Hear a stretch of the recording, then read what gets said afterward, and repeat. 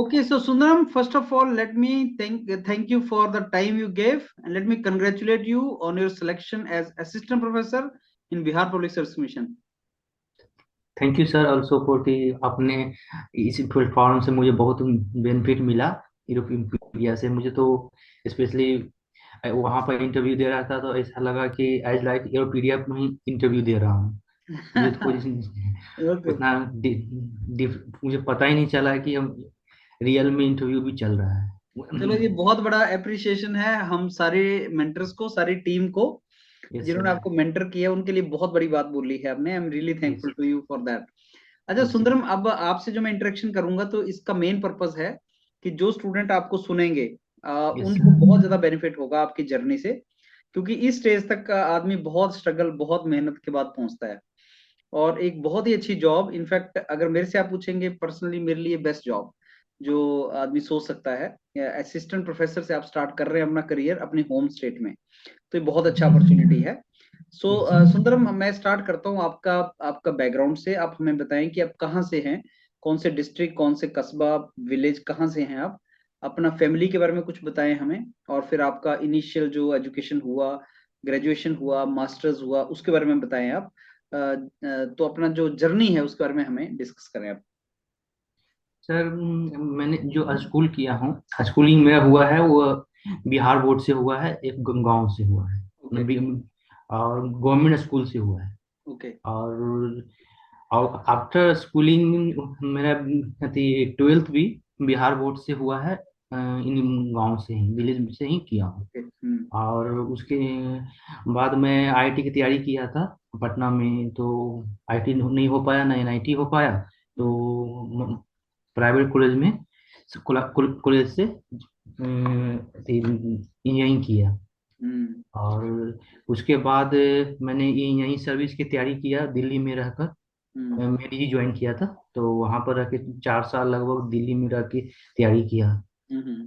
तो उसके बाद इंजीनियरिंग सर्विस में फाइनली सेलेक्ट नहीं हो पाया। तो हम्म। उसके बाद फिर मैंने एमटेक करने चल गया एनआईटी जलंधर से। ओके। और आफ्टर एनआईटी जलंधर होने के बाद फिर मैंने एनआईटी हमीरपुर ज्वाइन किया था okay. As a contact faculty. Okay. Okay. हाँ, तो उसके बाद टीक्यू स्कीम के थ्रू मेरा सिलेक्शन हो गया था Ramgarh engineering college hmm. Jharkhand. Okay. तो वहाँ पर मैंने सर्व किया, हम्म। लगभग अप्रॉक्स 3 ईयर सर्व किया रामगढ़ इंजीनियरिंग कॉलेज झारखंड में ओके।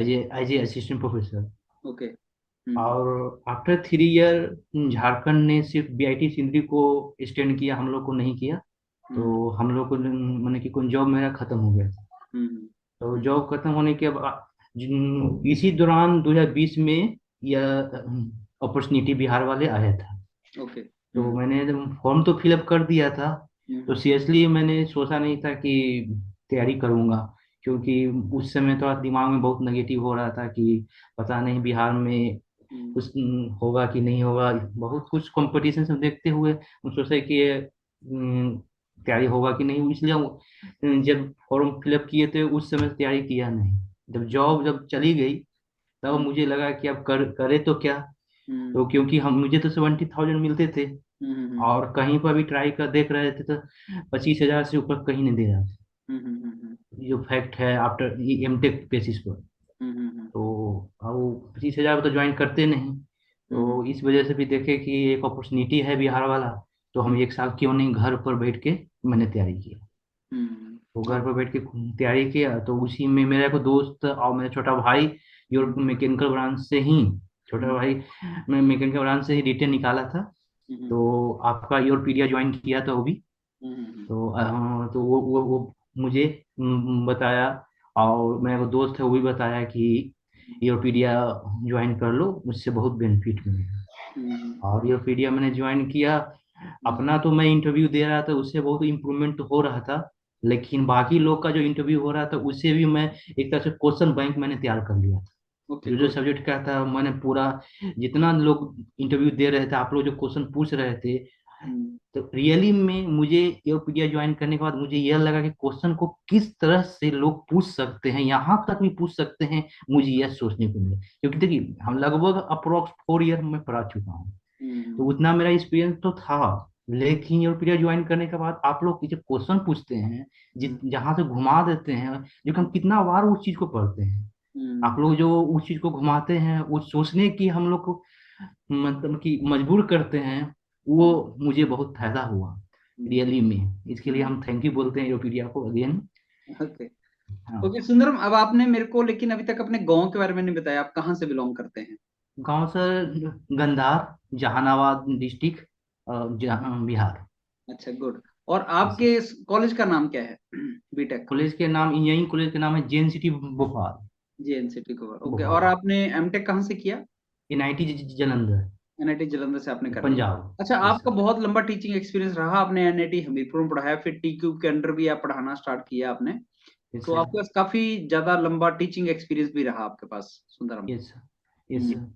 तो जब आप अंदर इंटरव्यू में गए सुंदरम, तो किस तरीके से उन्होंने क्वेश्चन पूछना स्टार्ट किया आपसे, क्योंकि आपका टीचिंग का एक्सपीरियंस था, तो कहीं ना कहीं वो उस डायरेक्शन में लेके गए, या किस तरीके से था? आप थोड़ा डिटेल में बताएं इंटरव्यू का एक्सपीरियंस। Okay sir. जी, मैंने पीएचडी भी मैं कर रहा हूँ अच्छा। एनआईटी पटना से, अच्छा। पार्ट टाइम में। ओके। तो मैं इंटर जब किया था, तो उन्होंने उन्होंने यही क्वेश्चन पूछे कि आफ्टर एमटेक क्या किया। ओके। तो मैंने वही जवाब दिया पहले कि एनआईटी हमीरपुर ज्वाइन किया, ओके। उसके बाद टीक्यू स्कीम के थ्रू मैं बिहार में ज्वाइन किया, झारखंड में ज्वाइन किया। हम्म तो उन्होंने बोले कि आपने एक्सपीरियंस क्यों नहीं यहाँ पर शो किए जब टीक्यू तो हम्म चेयरमैन सर ने पूछे। तो हम्म हम बोले कि सर एज पर एडवर्टाइजमेंट जो बिहार में था, उसी हम्म बिहार वाले को टीक्यू के एक्सपीरियंस दिया गया था, हम हम्म लोग को नहीं दिया गया। हम्म, तो बोले कि ओके। तो यहाँ तक हुआ, फिर बोलते हैं कि ठीक है कौन सा पेपर पढ़ के आए हैं। ओके। तो बोले कि signal system, electronic device and network theory मैंने बताया। हम्म ऐसे तो मैं सर लगभग सारा सब्जेक्ट पढ़ के गया था, लेकिन ये 3 सब्जेक्ट थोड़ा डेप्थ में पढ़ा था। हम्म, क्यों? ओके। हाँ। तो अब उन्होंने सिग्नल सिस्टम वाले सर से बोल दिए। हम्म तो अपन जैसा कि हमको पता चला है कि जो सिग्नल सिस्टम वाले थे आईआईटी रुड़की से थे, हम्म तो उन्होंने क्वेश्चन पूछना शुरू कर दिए सिग्नल सिस्टम में कि हम्म सिग्नल क्या होते हैं। मैंने हम्म बताया, फिर बोलते सिस्टम क्या होता है। फिर हम्म भी डिफरेंट टाइप्स ऑफ सिग्नल पूछने लगे। हम्म तो वो स्टार्टिंग में ही मुझे बोर्ड पर भेज दिया गया। ओके। तो हाँ, स्टार्टिंग में बोर्ड पर भेज दिया गया था। और उसके बाद पूरा सिग्नल के बारे में पूछने लगे। जब हम्म, सिग्नल सिस्टम जब बता दिए, तो बोलते हैं कि और कौन सा सब्जेक्ट पढ़ के आ पाए हैं। ओके। तो बोले कि इलेक्ट्रॉनिक्स डिवाइस। तो ओके। उन्होंने इलेक्ट्रॉनिक डिवाइस से क्वेश्चन पूछने लगे थे, स्टार्टिंग में एक दो क्वेश्चन बताए। उसके बाद एक लॉ ऑफ जंक्शन जो क्वेश्चन था, वो नहीं बता पाए थे। हम्म और पहले तो बोलते हैं कि बीजीटी का समझाइए, एक्सप्लेन कीजिए बोर्ड पर। तो हम्म बीजीटी का एक्सप्लेन कर ही रहा था कि बोलते हैं कि ठीक है नेक्स्ट क्वेश्चन पूछ दिए, हम्म लॉ ऑफ जंक्शन पूछ दिए। हम्म तो फिर लॉ ऑफ जंक्शन में हम मास ऑफ एक्शन बता दिया था। तो उन्होंने बोले कि ठीक है यही होता है, हम भी अभी रिकॉल नहीं कर पा रहा हूँ। हम्म तो सॉरी बोल के मैं आगे बढ़ गया। हम्म तो उन्होंने एक सर जो थे थोड़ा हिंट भी किए हम्म कि, लेकिन मुझे उस समय रिकॉल नहीं कर पा रहा था। मैंने थोड़ा सोचा कि ज़्यादा टाइम ले लूंगा तो फिर इंटरव्यू खराब हो जाएगा, इसलिए हम थोड़ा स्किप करके हम कोशिश किए कि आगे निकलते हैं। ओके। तो फिर तो उसके बाद नेक्स्ट क्वेश्चन पूछे। हम्म नेक्स्ट क्वेश्चन में यही पूछे, शायद पूछे थे, एग्जैक्ट याद नहीं अभी है। नेक्स्ट क्वेश्चन जो ईडीसी के जो पूछे थे, कुछ हम्म ईडीसी के क्वेश्चन पूछे, तो वो मैंने बता दिया था। तो हम्म भी बोलते हैं कि next question, next topic subject कौन सा पढ़ क्या पाया। हम्म तो मैंने बोला कि सर नेटवर्क थ्योरी। हम्म तो नेटवर्क थ्योरी में सुपरपोजिशन थ्योरम पूछे। हम्म उसके बाद बोलते हैं कि थेवेनिन थ्योरम कहाँ अप्लाई करते हैं। हम्म तो और उसके बाद फिर शायद एक और क्वेश्चन नेटवर्क थ्योरी के पूछे थे। हम्म तो इतना बताएं, तभी चेयरमैन बोलते सर छोड़ दीजिए, टाइम हो गया। ओके। तो हाँ, तभी जब तो एक जब जाने लगे थे, एक फैकल्टी ने बोलते हैं कि सर मुझे पूछना है। हम्म तो तब फिर उन्होंने क्वेश्चन पूछना शुरू कर दिया सिग्नल सिस्टम का। एक क्वेश्चन दिए, बायो बायो 2t² + 2। हम्म तो वो बोलते हैं कि बताइए लीनियर होगा। तो हम्म हम क्वेश्चन जैसे बोले वैसे बोल दिए नॉन लीनियर होगा। तो हम्म बोलते हैं क्यों। तो वो सब एक्सप्लेन किए। तो फिर बोलते हैं काउजल होगा कि नॉन काउजल होगा। तो फिर तो उन्होंने बोल दिया कि नॉन काउजल होगा, क्यों? तो भी रीजन मैंने बता दिया कि पास्ट पर डिपेंड कर रहा है, हम्म, तुम फ्यूचर वैल्यू पर डिपेंड कर रहा है, ये मैंने बता दिया। तो फिर उसके बाद बोलते हैं कि ठीक है, आप टाइम इनवेरिएंट है कि नॉन इनवेरिएंट है, तो वो भी मैंने एक्सप्लेन कर दिया। हम्म, तो फिर बोलते हैं कि ठीक है, ओके, आप जा सकते ओके। तो कितनी देर चला होगा सुंदरम आपका ये सारा इंटरव्यू? हैं। अप्रोक्स सर हमको लगता है कि 15 मिनट चला है। तो उन्होंने कितनी बार बोर्ड पे भेजा आपको? सर मेरा पूरा प्रेजेंटेशन ही, मैंने पूरा इंटरव्यू ही बोर्ड पर ही हुआ है। अच्छा। हम्म, बस खाली बस स्टार्टिंग में जो चेयरमैन सर जो पूछे कि हम्म, आपने एमटेक के बाद क्या किए, बस वही बैठ के मैंने बोला हूँ। हम्म, बाकी जितना सब्जेक्ट का जो पूछा गया सब सब बोर्ड पर ही भेजा गया है। ओके। सुंदरम, आप ये बताओ कि इंटरव्यू में सबसे इंपॉर्टेंट चीज क्या मैटर करती है, क्या लगता है आपको? सर मुझे तो ये इंटरव्यू में यह सबसे बड़ी चीज लगती है कि आप जितना क्वेश्चन, जैसे कि स्टार्टिंग में जो पीरियड मैंने ज्वाइन किया था, वो तो कहीं कहीं मैं मिस्टेक कर रहा था, तो सर ने बताए थे, हम्म, कंट्रोल वाले सर, याद एग्जैक्ट याद नहीं है, कंट्रोल वाले सर चाहे ईडीसी वाले सर, हम्म, तो उन्होंने एक चीज बताए थे कि जितना आपको पूछा जाता है हम्म, उतना ही जवाब दीजिए, ज्यादा मत बोलिए। तो हम्म, मैंने इस चीज को सही में मुझे अच्छा लगा कि मैं जब उन्होंने जो पूछ रहे थे, जितना पूछ रहे थे उतना ही जवाब दे रहे थे, एक्स्ट्रा मैं अपना मन से ज्यादा नहीं बोल रहे थे कि ताकि वहां से नया क्वेश्चन क्रिएट ना हो जाए। और हम वहां पर कहीं कहीं मैंने बोला हूँ, तो वहीं पर बोला हूँ जहां पर मुझे कॉन्फिडेंस है कि यहाँ से क्वेश्चन जो क्रिएट हो रहा है, तो क्योंकि आप ही का क्वेश्चन जहां पर इन करते हैं, यदि आप कोई क्वेश्चन छोड़ रहे हैं मतलब वहां से दूसरा क्वेश्चन तैयार हो जाएगा। हम्म, और वो कोशिश, हम यही तो देखें कि वो कोशिश कीजिए कि इन जो टॉपिक नहीं मालूम है वो टॉपिक को, जरूरत है भी तो फिर भी नहीं बोलेंगे इंटरव्यू में, सही है। ये मुझे लगा। बहुत सही है। मतलब उतना बताओ जितना पूछा गया है, यस और सर। टू द पॉइंट बताओ, तो उस चीज की ज्यादा हाँ। वैल्यू होती है। यस सर, क्योंकि जैसे जैसे मैं हमें पूछा गया था मैंने बोले थे कि सुपरपोजिशन थ्योरम क्या है, तो हाँ। जब जो डिफिनेशन मैंने जो बोला, तुरंत वो जो पूछे तो खुश हो गए। ओके। और अगर नहीं कोई क्वेश्चन आता, ऐसा भी हुआ कि क्वेश्चन आपको नहीं आता है सुंदरम? ये सर दो क्वेश्चन हम एक तो लॉ ऑफ जंक्शन नहीं बता पाए थे, एक क्वेश्चन एग्जैक्ट याद नहीं है, ईडीसी का दो क्वेश्चन हम नहीं बता पाए थे। ओके। तो तो आपने दो, कैसे इनकार किया उनको फिर? तो मैंने तो पहले कोशिश किया स्टार्टिंग में सोचने का कि क्या कि तुरंत ना करते तो एक थोड़ा सा बैड इमेज बन जाता, थोड़ा सा कोशिश किए कि ताकि उनको लगे कि हाँ हम कोशिश किए, ओके। कोशिश किए हाँ। उसके बाद भी देखे कि जब नहीं आ रहा था सॉरी बोल दिए, ओके। क्योंकि गलत बोलने से अच्छा है कि सॉरी बोलना हम मुझे अच्छा लगा, क्योंकि वो गलत बोलते, क्योंकि हम्म, उसमें और समझते कि ये भी इसको नहीं मालूम।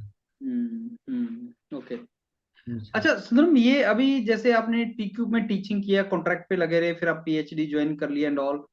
अभी हमने कुछ देखा है कि जैसे टीचिंग की जॉब्स रेगुलरली आ रही हैं, जैसे अभी पीछे उत्तर प्रदेश में आई, फिर हरियाणा में, बिहार जी में हाँ। आई। तो जी अब हाँ। कुछ आ रही है, और वो रिक्रूटमेंट भी बहुत अच्छे तरीके से चल रहा है, जिससे बहुत बेनिफिट होगा कॉलेजेस को, क्योंकि अच्छे बच्चों को रिक्रूट किया गया है इस बार। जी और हाँ। ये रिक्रूटमेंट बिल्कुल फेयर किया है, जो हमें पता चलता है कि फेयर रिक्रूटमेंट और अच्छे कैंडिडेट लिए हैं। तो यस क्या सर। ये आगे जो स्टूडेंट है वो एक्सपेक्ट कर सकते हैं कि सब इसी तरीके से रिक्रूटमेंट होते रहा करेंगे टीचिंग में? रिस्पेक्ट कर सकते हैं सर, ऐसा है बिहार में भी जो मैंने स्टार्टिंग में जो तैयारी नहीं किया कि ये सोच के कि शायद फेयर होगा कि नहीं होगा, लेकिन गलत था, क्योंकि सब फेयर हुआ है, हो रहा है। क्योंकि मुझे तो बिहार में देख रहे हैं कि फेयर हुआ है।